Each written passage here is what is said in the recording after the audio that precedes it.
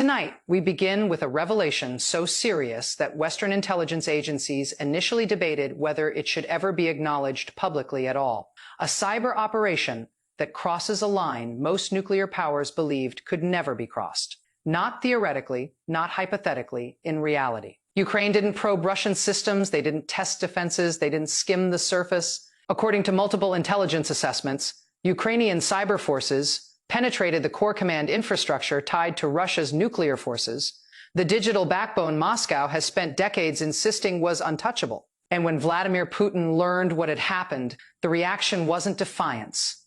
It wasn't denial. It wasn't the cold, rehearsed composure the world has come to expect. For a brief moment, caught on camera inside the Kremlin, Putin looked shaken. If you want clear, unfiltered analysis of moments like this, subscribe now.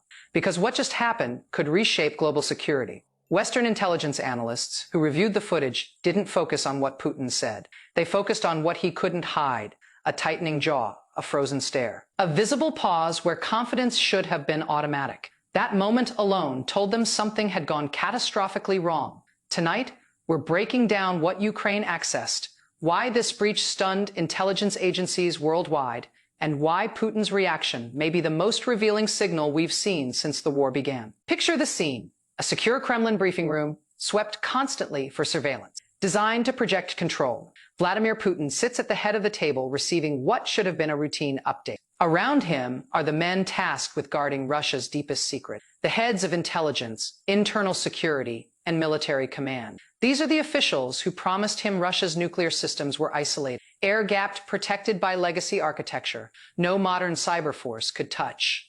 Then the briefing changes. Not a warning, not a suspicion, a confirmation.